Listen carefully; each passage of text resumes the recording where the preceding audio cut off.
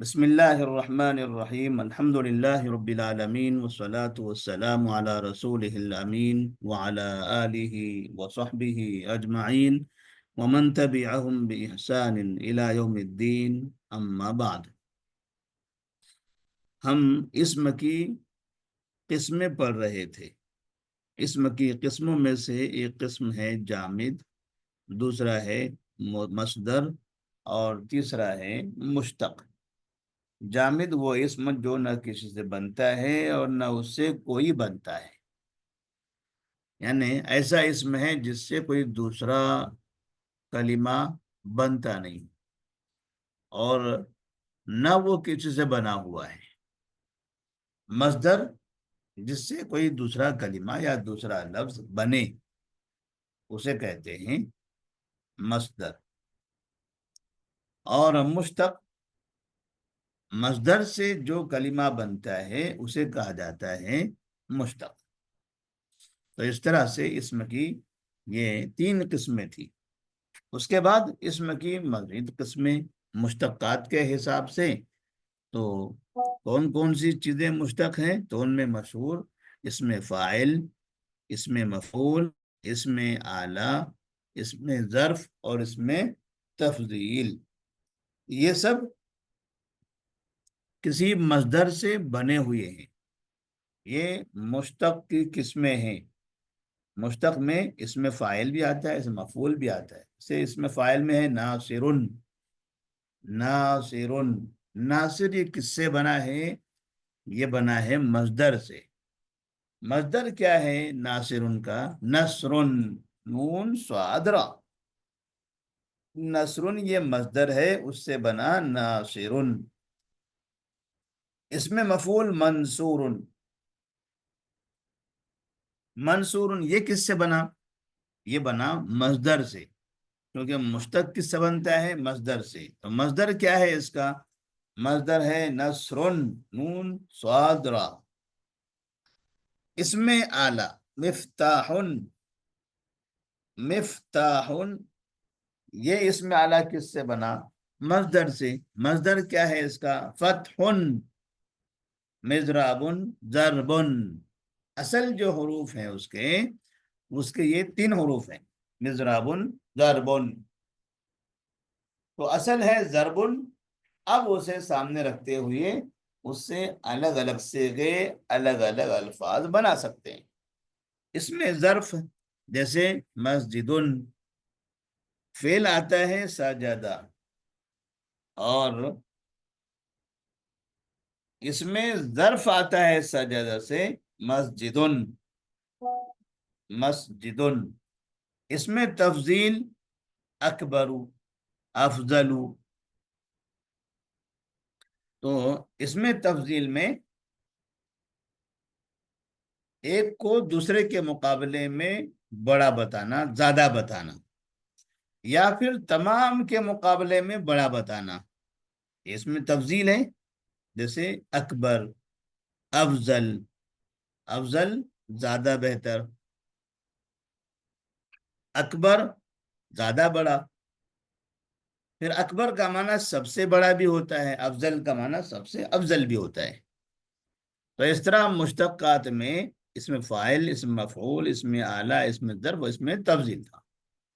اس کے بعد اسم کی مزید قسمیں، عدد کے اعتبار سے واحد، تثنیہ، جمع، جنس کے اعتبار سے مذکر مؤنث، خاص کے اعتبار سے معرفہ نکرہ، اور پھر اعراب کے حساب سے معرب اور مبنی۔ تو یہ الگ الگ اعتبار سے اسم کی الگ الگ قسمیں ہیں۔ سب سے پہلے ہم واحد، تثنیہ اور جمع کے بارے میں دیکھیں گے۔ تو واحد کوئی بھی لفظ ہوتا ہے تو اس کا اپنا ایک واحد ہے، اس واحد سے پھر تثنیہ بناتے ہیں اور اسی واحد سے پھر جمع بناتے ہیں۔ تو ہمیں یہاں پر دیکھنا ہے کہ واحد سے تثنیہ بنتا کیسا ہے۔ جیسے مثال کے طور پر یہ ہے مسلمن، مسلمن ایک مسلمان، اب اسے ہمیں تثنیہ بنانا ہے، تو تثنیہ کیسے بنائیں گے؟ آخر سے جو تنوین ہے وہ ہٹا دیں گے، آخر کی تنوین کو ہٹا دیں گے، اور اس کے بعد الف اور نون لگا دیں گے، الف اور نون، مسلمن تنوین ہٹا دیے اور آخر میں الف نون بڑھا دیے، تو ہو جائے گا مسلمانی۔ تو مسلمن سے مسلمانی، کام کیا کیا ہم نے اس کے اندر؟ آخر سے تنوین ہٹایا اور الف اور نون وہاں پر لگا دیا، تو ہو گیا مسلمانی۔ ایسے ہی جیسے صادقن،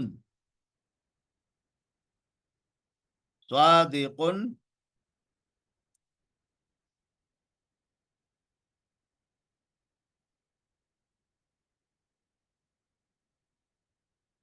صادقانی، صادقن، صادقانی، رجل، رجل،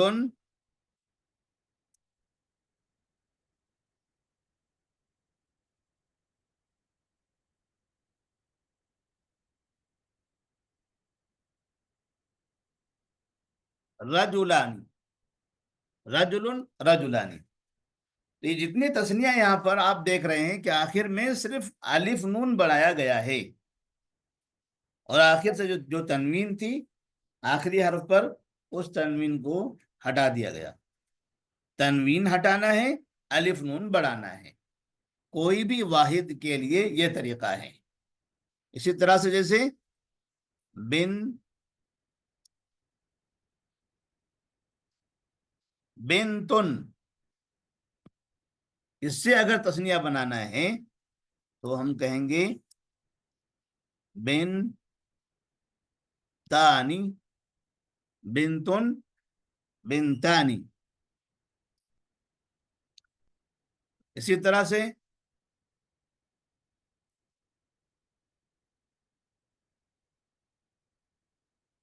کتاب،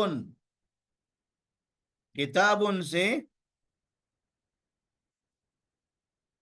کتابانی، کتاب سے کتابانی، الف نون آخر میں بڑھا دیے، تثنیہ بن گیا۔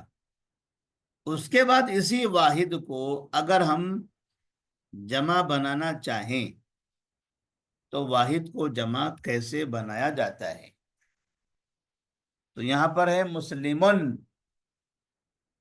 مسلمن، تنوین ہٹا دیں گے، آخر سے تنوین ہٹا دیں گے اور الف کی جگہ پر واو نون لگا دیں گے۔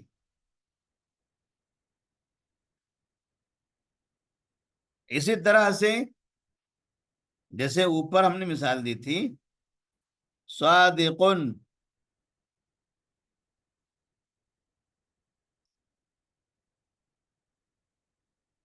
صادقن، صادقانی،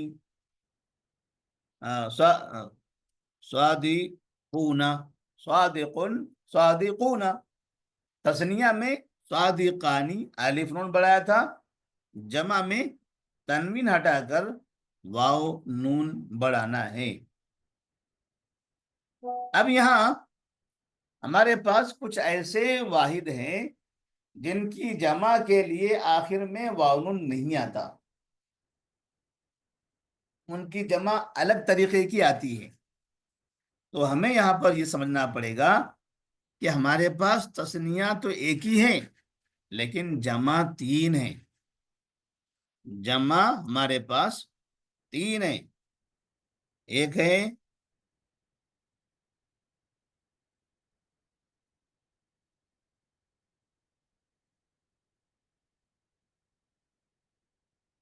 جمع مذکر سالم، اور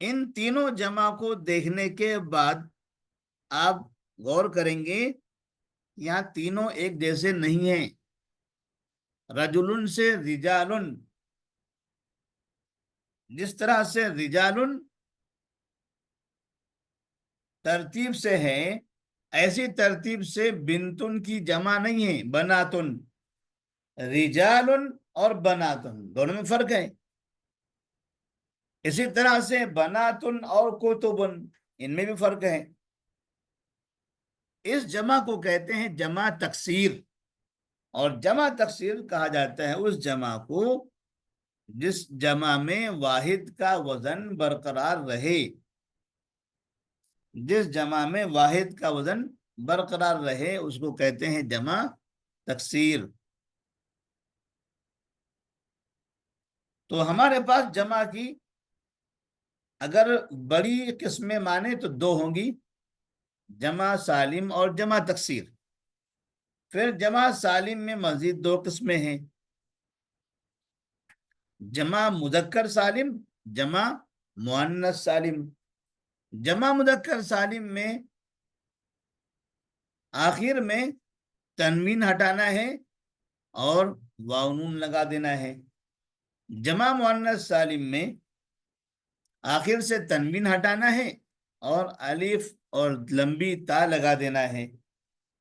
اور جمع تکسیر میں ایسا کچھ بھی نہیں کرنا ہے، کوئی تبدیلی ہم کو کرنا نہیں ہے. تو اب یہ کیسے سمجھ میں آئے گا کہ یہ جمع تکسیر ہے؟ تو جب آپ یہ دیکھو کہ یہ جمع مذکر سالم میں سے بھی نہیں ہے، مؤنث سالم میں سے بھی نہیں ہے، تو پھر یہ جمع تکسیر ہی ہونا چاہیے. تو اس طرح سے جمع تکسیر کا کوئی قاعدہ خاص نہیں ہے، الگ الگ وزن ہے، الگ الگ قاعدے ہیں. لہذا اس کو سمجھنے کا جو بہتر طریقہ ہے وہ کیا ہے؟ وہ یہ ہے کہ عربی کے الفاظ پڑھتے رہیں، پڑھتے پڑھتے اس کو یاد کرتے رہیں، ذہن بٹھاتے رہیں. تو اس طرح سے یہ چیزیں ہمیں سیکھنے مل جائے گی. تو جمع مکسر یا جمع تکسیر کے جو جتنے جمع آئی ہیں تو یہ آپ کتابیں پڑھ پڑھ کر یا سن سن کر معلوم کر سکتے ہیں. پریکٹس کے ذریعے آپ اسے پہچان سکتے ہیں. جبکہ جمع مذکر سالم اور مؤنث سالم میں باقاعدہ دونوں کے پاس جمع مذکر سالم جمع مؤنث سالم دونوں میں طریقے الگ الگ ہیں اور وہ خاص ہیں. اسی طرح سے دوسرے جو الفاظ آتے ہیں مسلم، مومن، قانتن، یہ ایسے جتنی بھی صفاتی الفاظ وغیرہ استعمال ہوتے ہیں تو اس کے اندر وہی طریقہ استعمال کریں گے. لیکن تفسیر میں کوئی خاص طریقہ نہیں ہے تو اس کے لیے آپ کو باقاعدہ یاد کرنا پڑے گا. تو یہاں واحد کو تثنیہ بنانے کا اور واحد کو جمع بنانے کا قاعدہ ہم نے پڑھا. ابھی جیسے آپ جب یہ اعراب کا چارٹ پڑھ رہے تھے تو اس میں مثنیٰ کا اعراب اور جمع مذکر سالم اور جمع مؤنث سالم کا اعراب پڑھا ہوگا. تو مثنیٰ میں جو 3 اعراب بتائے گئے تھے وہ تھا جاء رجلانی، رأیت رجلینی، مررت برجلینی. تو یہاں رجلانی صرف ایک ہی مرتبہ آیا، جاء رجلانی. حالت رفع میں مثنیٰ الف کے ساتھ آتا ہے اس لیے وہ جاء رجلانی ہو گیا. رأیت رجلینی، مررت برجلینی. رجلین یہ تثنیہ اگر یہ مفعول واقع ہوا یا مجرور واقع ہوا، منصوب یا مجرور، تو ایسی صورت میں وہاں الف کی جگہ پر یا استعمال ہوگا. جیسے رأیت رجلین، مررت برجلین. ایسے ہی اگر جمع بنانا ہے، جمع میں مسلمون، تو آپ نے جمع مذکر سالم کا اعراب پڑھا، جاء مسلمون، رأیت مسلمین، مررت بمسلمین. تو جاء مسلمون واو نون کے ساتھ ہے، تو یہ حالت رفع میں ہے. رأیت مسلمین، مسلمون مسلمین کیسے ہو گیا؟ تو کہتے ہیں یہ اعراب کی وجہ سے. رأیت مسلمین، مررت بمسلمین، واو کے بجائے یہاں پر یا استعمال ہوا ہے. تو یہ قاعدہ بھی ہم کو سمجھنا ہے کہ حالت رفع میں واو نون ضرور آتا ہے، لیکن حالت نصب اور جر میں وہاں پر یا نون استعمال کریں گے. مسلمین، رأیت مسلمین، مررت بمسلمین. تو یہاں تک کہ جمع بنانے سے متعلق دو تین باتیں ہم نے واضح کر دیا. اس کے بعد کسی بھی لفظ کو معرفہ اور نکرہ ہم بناتے ہیں، تو ایسی صورت میں ہمارے پاس لفظ کی یا اسم کی دو قسمیں ہوتی ہیں، تعریف اور تنکیر کے حساب سے، تعین کے حساب سے. ایک ہے نکرہ، دوسرا ہے معرفہ. اب کسی اسم کو ہم نکرہ کیسے بنائیں گے؟ تو اس کے لیے ہمارے پاس ایک قاعدہ ہے کہ جو اسم تنوین کے ساتھ ہوگا وہ نکرہ ہوگا. جو بھی اسم تنوین کے ساتھ ہے، یعنی آخر میں تنوین ہے، دو پیش ہے، تو ایسی صورت میں سمجھ جائیے کہ وہ نکرہ ہے. جیسے یہاں پر ہے رجلن، ایک آدمی. اگر اسی رجلن کو معرفہ بنانا ہے تو پھر ایسی صورت میں ہمارے پاس اس کے لیے ہے الرجل، رجلن سے الرجل. کیا فرق ہوا دونوں میں؟ فرق یہ ہوا کہ الرجل میں پہلے الف لام آ گیا اور آخر میں تنوین ہٹا کر صرف پیش لگا دیا، تو ہو گیا الرجل. تنوین ہٹا دیا وہاں سے، رجلن سے الرجل، شروع میں بنا دیا الف لام اور آخر سے تنوین ہٹا دیا. تو اگر کسی کلمے کو نکرہ بنانا ہے، جیسے ایک مثال ہم یہاں دے رہے ہیں، الکتاب. اگر الکتاب کو ہم چاہتے ہیں کہ نکرہ بنائیں تو ایسی صورت میں ہم وہاں پر تنوین کے ساتھ لکھ دیں گے. کتاب یہ نکرہ ہو گیا، الکتاب یہ معرفہ ہو گیا. تو اس طرح سے نکرہ اور معرفہ، ان دونوں کے درمیان میں یہ فرق ہے. اس کو ہم نے الگ سے اس لیے پڑھایا ہے کیونکہ نحو کے اندر نکرہ اور معرفہ کا بڑا اثر ہوتا ہے، دونوں کے درمیان پہچان ہونا ضروری. اب اعراب کے حساب سے اسم کی دو قسمیں ہیں، اعراب کے حساب سے اسم کی دو قسمیں ہیں. ایک ہے معرب، دوسرا ہے مبنی. معرب اور مبنی. اب معرب کسے کہتے ہیں؟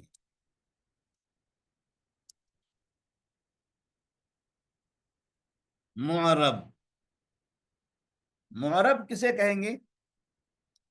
جس کلمے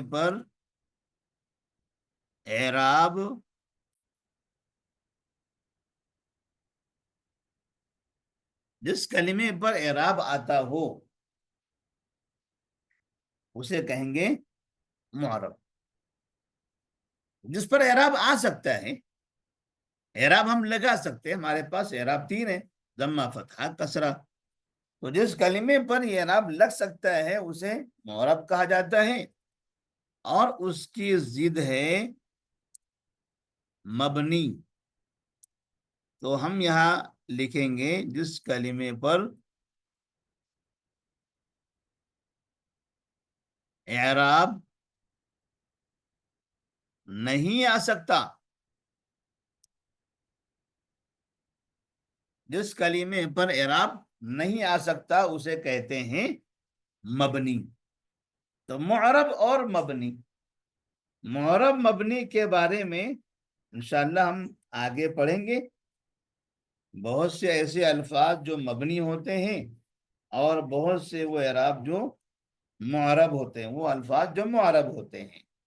تو عموماً الفاظ معرب ہیں، عموماً الفاظ معرب ہیں، اور کچھ الفاظ یا کچھ کلمات، کچھ اسما ایسے ہیں جو مبنی ہیں، مبنی کی تعداد کم ہے، معرب کی تعداد زیادہ ہے، اس لیے کم جو مبنی ہیں ہم اس کی اقسام پڑھ لیں گے، تو ایسی صورت میں مبنی ہمیں سمجھ میں آ جائے گا، اور مبنی سمجھ میں آ گیا تو معرب بھی ہم سمجھ جائیں گے۔ تو اس طرح سے یہاں پر اسم کی مزید یہ قسمیں ہم نے آپ کے سامنے رکھی ہیں، اور بقیہ اس کے علاوہ جو درس ہے ہمارا انشاءاللہ آئندہ ہم معرب اور مبنی کی تفصیل بتانا چاہتے ہیں، اور ساتھ میں معرفہ اور نکرہ میں معرفہ کون کون سے کلمات ہوتے ہیں انشاءاللہ اس کی بھی پہچان کریں گے۔ السلام علیکم ورحمۃ اللہ وبرکاتہ۔